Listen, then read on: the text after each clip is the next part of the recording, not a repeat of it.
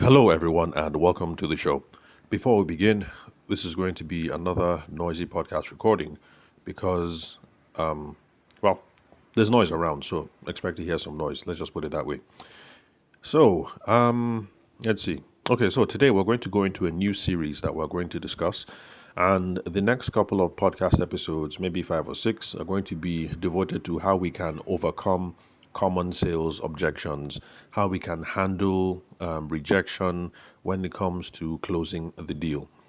So, for those of you who are newbies, this is your first time of listening to the show, we're going to go into some definitions so you can figure out what it is that we're talking about today because we've spoken about okay, let's see, I've mentioned overcoming, I've mentioned objections, I've mentioned rejections. So what does it mean to overcome? What is an objection and what is rejection? All these different things being signposts on the way to closing the deal. So let's get straight into definitions. Now, for those of you who've been listening for a very long time, you know that the definitions that I use here are simple, everyday definitions that the everyday man, the everyday woman can understand. So bear in mind that if you listen to other podcasts or if you're going to use business textbooks and things like that, you're going to find much more fuller and richer and much more technically precise definitions. But I deliberately keep definitions very simple on the podcast because I want you guys to remember all the things that we've discussed. Because if you can remember, and if it's at the back of your pocket at all times, you can easily apply in your day to day. And that is what I am aiming for on the show. So, an objection is any reason that someone gives for not wanting to go ahead with the sale or the relationship or whatever agenda it is that you're trying to promote. Because most of us listening to the podcast, we're going to be in situations where we are trying to drive a sale from beginning to the end. And sometimes little micro steps are involved along the way. Relationship building is involved, relationship nurturing is involved. And people often have reasons for why they don't want to go ahead from this stage to the next. So, back to my wedding photographer days, if I went to a bridal show and the bride and groom came by, I hit it off with them. It looked like everything was all good. The next stage often would be I go over to their office or I have them come over to the studio so that we can sit down because bridal expos and business expositions in general are very, very noisy affairs. So in a business expo, there are hundreds of vendors, the music is loud, there might be three or four DJs, everybody trying to compete. And so there's people shouting, and you can't have a decent conversation under those circumstances.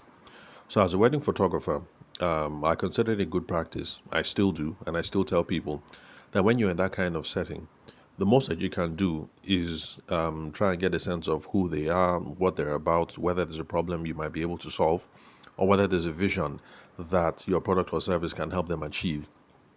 And then the next thing is try and set a meeting in some quiet environment where you guys can sit down and talk like reasonable people instead of both of you trying to shout over each other. I mean, imagine trying to negotiate a package in that kind of environment, shouting out money and things like that. So you're better off at that meeting, get a feel of the people. Sorry, at the first instance at the business expo, just get a feel of the people. Try and hook up a meeting, your office, their office, your studio, whatever. Then you guys can now start having reasonable discussions, looking over samples, and start haggling over money in a controlled, quiet environment. So this is a micro stage that you're going to have to go through to try and sell your product or your service. And people often have reasons for not wanting to move from one stage of the relationship to the next. So people who are there at the bridal fair and they're insisting, you know what, give me money, give me a figure, let me know how much. There are some people who don't want to move from that stage to the next. So, whatever reason it is that they give you, that reason is called an objection. That is what we that's what we call an objection in a traditional sales environment. So, you're speaking to someone, you're trying to close the deal, you're trying to build a relationship, you're trying to nurture a relationship, and for those of you who still work in corporate environments, or maybe in the Ministry of Finance or whatever, there's a particular agenda in the office, in the department that you're trying to push through because you think it's going to help the organization achieve its goals. But then people keep giving you reasons for why this is not going to work, why we're not going to go ahead. All those things are what we call objections. Now, people object or reject for a variety of reasons. I mean, there can be many, but let's go through a few, some common ones. Sometimes people object because they are shy. Some people just don't like engaging in public. Maybe they think you are too pushy or something like that, or maybe they're shy around money, and that is where all these objections are going to come up from. There are some people that object because they don't trust you. They might not come out and say it, and because Nigerians are nice people, the average Nigerian is not going to come out and say, "Guy, babe, this looks good, but I don't trust you. I don't think you did this yourself. I don't think you're capable of this. Um, you don't look trustworthy." Those sorts of things. The average Nigerian is not going to say that. So all those objections of let me talk to my husband, let me talk to my wife, let me think about it, blah blah blah. It could be because they don't trust you. That's why they're not ready to take the next step and move things to the next stage. Sometimes it's because they don't think you're capable or you are credible. They don't think that you can do what you say that you can. Then sometimes people are not willing to move ahead because they're confused about something that you've said. That's one of the reasons why I say we should try and keep technical talk down to a minimum. So back to the wedding photography example. If you're trying to show off and you say, and you're talking about your camera that is the Nikon DX7000 with 100 and something megapixels and depth of field something something, and you're just going on and you're effusive about the camera, you might introduce something into the client's mind that they never have thought of before because it's something I've seen backfire. A photographer is trying to bamboozle them with the quality of gear that they have, and then you start going on about camera this, aperture this, blah blah blah, all that technical talk, and then the client now says something like, "But I thought they said mirrorless cameras are the best, but your own camera is not mirrorless." You see, now you have dug yourself a hole that is going to be hard to dig yourself out of, because whether the mirrorless cameras or the DSLRs, whichever is better, that's a highly technical conversation that is nuanced, and you, as a professional photographer, might be able to pass those sorts of issues. But the people that we're talking to are just everyday, ordinary folks, and so they have no idea. You've thrown something into the midst that has confused them, and that's the reason why they want to think about it. Because they're entrusting this special day to you. They have heard from outside that mirrorless is the best, but here you are going on and on and on and on about your DSLR and its superior quality. And so when they say, let me think about it, it might be them just thinking, I need to go back home, I need to do some research. Which one is the best gear to use? Is it the DSLR or is it the mirrorless camera? They could be talking to another photographer who uses mirrorless. So people might object because they're confused about something that you've said. Oftentimes, people get confused because your offer doesn't make any sense. And this is one reason why it's good to get feedback in the sales process, because I have been in that situation where people didn't understand what it is that I'm saying. But because I make it a point to try and repeat back, to try and make sure that we're following and I try to get some feedback, it is then I'm able to discover that, oh, I'm sorry. I can see how that didn't make any sense. And I explain better. And then I now know that when I'm talking to future people, I'm not going to say things this way. I'll phrase it a different way. I'll write my offer another way. Then another reason why people object, and this is the hardest one to hear, is they probably were never interested in you in the first place. So for those of you who go out and give flyers, I think this is the primary one. They were never interested in the first place. The person is there at the mall with the children, and yes, that has been me. The focus for a man in that kind of setting is he's just looking for a cool place where the kids can hang out. He's not thinking of your holiday services and your tourist whatever in Dubai. You walk up, you give him a flyer. Truth of the matter is that the man or the woman with the kids, the reason why they're there, the agenda is different. They are just not interested in your fantastic holiday offers in Dubai. So any objections that you're getting in that kind of scenario is because people were probably never interested in the first place. Now, like I said, the reasons that people can object are multiple, they're varied, and it is too hard to guess. If you're trying to figure out which it is on your own, You spend the whole day guessing. It's going to give you all kinds of emotional heartache. And I remember a friend of mine who was a wedding planner. We both spoke to a bride. I seemed to be getting on good with the bride, moving on to the next step. But the wedding planner was getting ghosted, and she called me up and she was wondering, is it something I said? And blah, blah, blah, and blah, blah, blah. Trying to figure all these things out. It's hard. It's just going to give you heartbreak. So, the solution is don't try to figure this out on your own. If you're trying to figure out what it is that is going on and why people are objecting, the way that you go about it is that you ask about the objection when one comes up. So stop guessing and then feeling bad. Ask them questions so that you have more information about how you can make the situation better.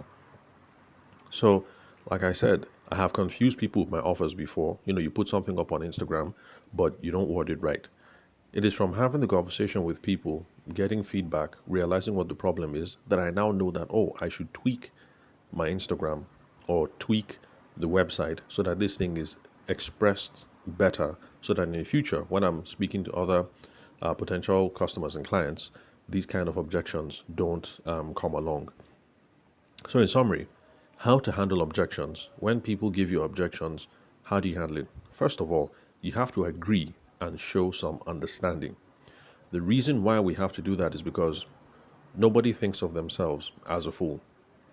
If the person, the bride, is saying they are saying that mirrorless cameras are the best, you're not going to win any points by making the bride feel like she's uneducated and she knows nothing about cameras and that actually DSLR cameras are the best. Show some understanding, show some empathy, show the person that the objection makes sense. Then you ask clarifying questions. It is when you ask questions that you're going to be able to refocus the issues. If the bride is concerned about is the camera a DSLR, is it an SLT, or is it a mirrorless camera, if you ask clarifying questions and you find out at the end of the day what the bride is most particular about with her wedding photography is clarity of images and sharpness of images, then you're going to be able to refocus the conversation to be able to show how, regardless of whatever gear that you're using, whether it's an old school DSLR or a modern mirrorless camera, you're going to be able to refocus the conversation around how you can deliver the kind of images that she wants. And so it's the same thing, no matter what business it is that you're involved in. First of all, agree, show some understanding that what they're saying makes sense. Ask clarifying questions because you're trying to figure out what the problem is. When you figure out what the problem is, it's then that you're going to be able to refine your presentation to take account of all those things that they are concerned about. And finally, if you're not able to rescue the situation, because you're not going to be able to rescue 100% of the situations that you come across, because let's face it, it is unrealistic that if you talk to 100 people, you're going to do a deal with 100 people. It just doesn't happen. And in fact, when I was in the wedding photography space, there's something that I used to hear and that I believe, which is that if you speak to 100 people and you end up doing with business with 100 people, it means that your prices are too cheap. It means that the quality of skill, the quality of photography, the quality of service that you're bringing to the table is so high that this price you're giving is a giveaway. That's why everybody is rushing you, and that is why you're closing the deal with everyone. So, if you're doing a good job, you actually should expect some resistance. You can't speak to 10 people and do the deal with 10 people. If you talk to 10 people and you're doing a deal with 10 people, actually, there's a problem. You're too cheap. It could be a sign of all kinds of problems anyway. So I'm just saying that it's not realistic that you're going to be able to rescue the situation 100% of the time. If you're not able to rescue the situation, then take the feedback as learnings for the future. So whenever my offers seemed unclear as a wedding photographer, I took the feedback, I tweaked my Instagram or the website so that I wouldn't have any problems in the future, so that that problem will show up less for you as time goes along. But this is the framework for how to handle it. Remember this as we approach future episodes where we're going to look at specific objections that we receive in business. So, first off, agree, show some empathy, show some understanding. let the person realize that the person is not a fool. It's perfectly normal to have this kind of concern or that kind of concern at this process in the relationship or this process of their inquiry, going around making business inquiries. Then ask clarifying questions to try and figure out what is going on. When you know what is going on, you'll be able to rescue the situation. If you can't make a convincing proposal and rescue the situation, then take the feedback as learnings for the future, and the problem should become less and less and less. So, in future episodes, we're going to examine the most common objections that you are likely to receive in your business. And using this framework that we have discussed above, we are going to walk through how to handle all these objections. Now, the objections that we're going to tackle, I wrote out a couple, so let me just read them. And if you listen to this episode and you've got an objection that you don't think is covered on the list, it's not a problem. I'm going to give out my details at the end of the show. So hit me up, connect with me, let me have the objection, and then we'll deal with it. So the number one objection that most of us, in fact, I'll say everybody has received, is when the customer says it is too expensive. That is an objection because it's a reason for not wanting to go ahead. I'm not going ahead with you because it's too expensive. You are charging 2,500 naira, but Chukudi charges 850 naira. I'd rather go with Chukudi. You're too expensive. That is an objection. Another objection that is also money related is when people say there's no budget allocated for now. For those of us who are having to deal with corporations for those who are having to deal with corporations, you get to hear those ones because on the podcast, for those of you who've been listening to the podcast, that even though I'm no longer in the wedding photography field, I still provide corporate photography services and media services. So we're constantly negotiating with people to provide live streaming services. Currently, we're doing a documentary service for the British Council. Let's see what else. End of year parties, those sorts of things. So it's something that people can say like, oh, no budget has been allocated for now. That is an objection. We can't go ahead with you because no budget has been allocated. Another objection that most of you have heard is we are happy with our current XYZ, our current supplier, our current engineer, our current software developer, our current photographer, our current, you name. We're happy with our current XYZ. That is the reason for not going ahead. Like, hey, young man, young woman, what you said, yeah, makes sense.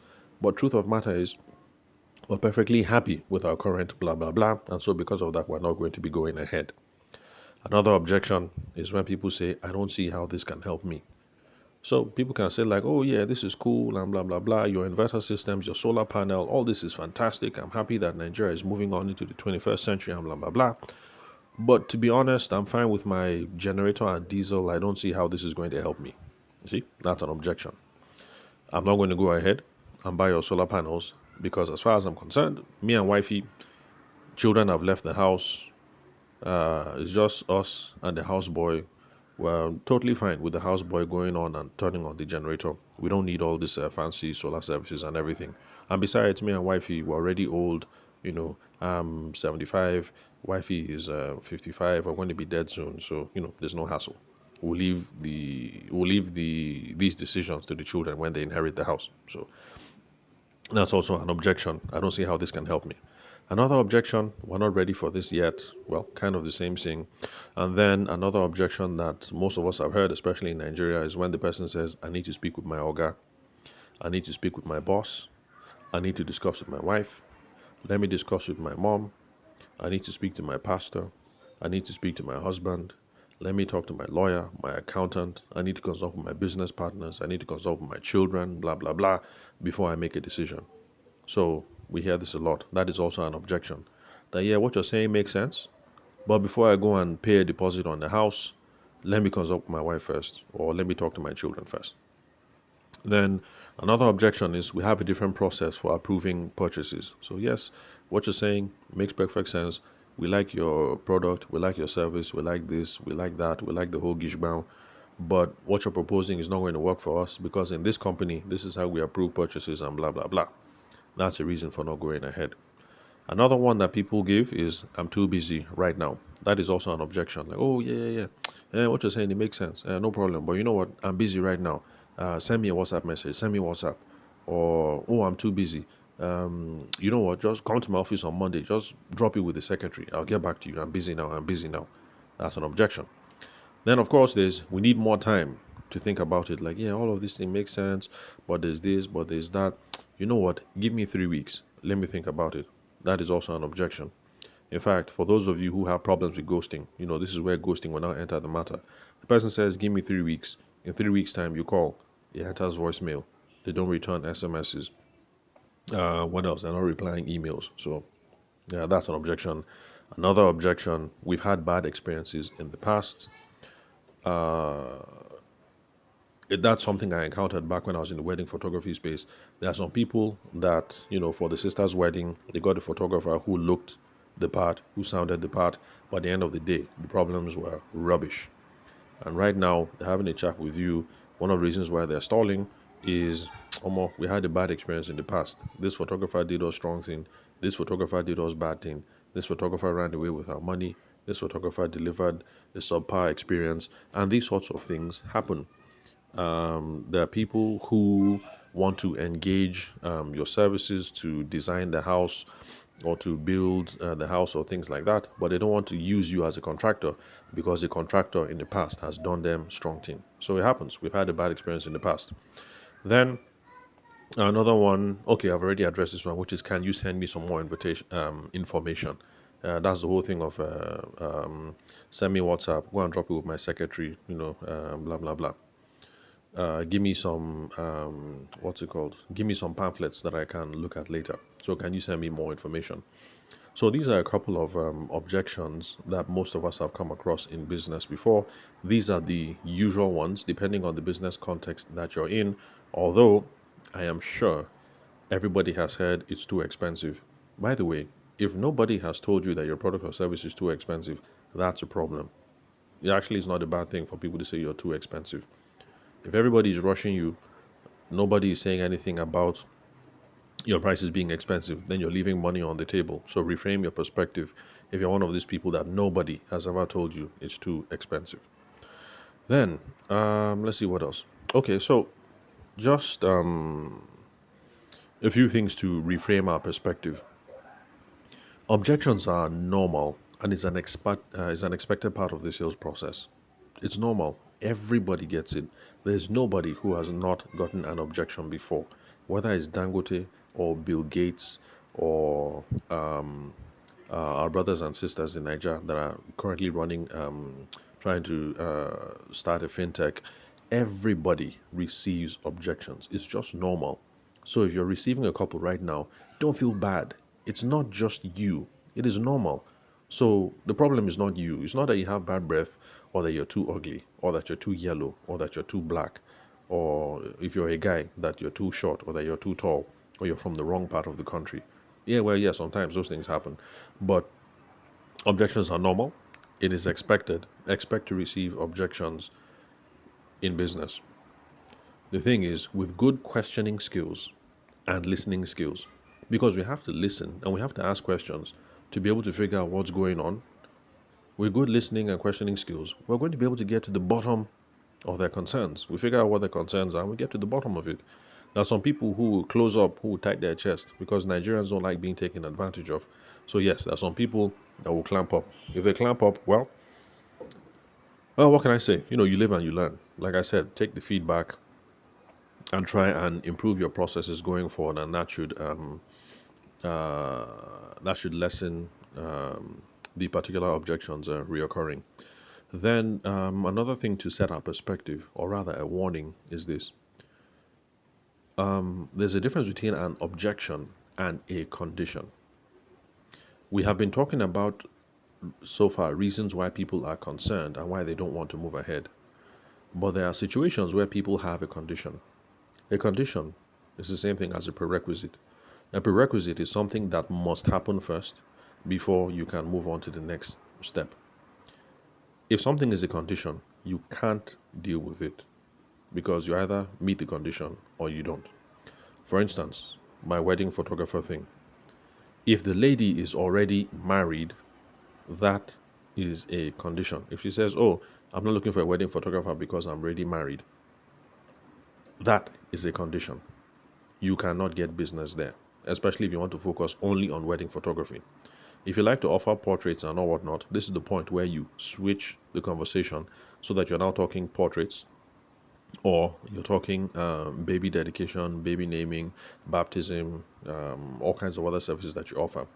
But if you're exclusively a wedding photographer and you start the conversation, once the babe shows you a ring, that is a condition. Deal done. It is dead. You can't move forward. You either look for something else to sell or you move on. There's no point in treating this as an objection and trying to overcome something. There is nothing to overcome. It's an objection because there's a condition, there's a prerequisite there.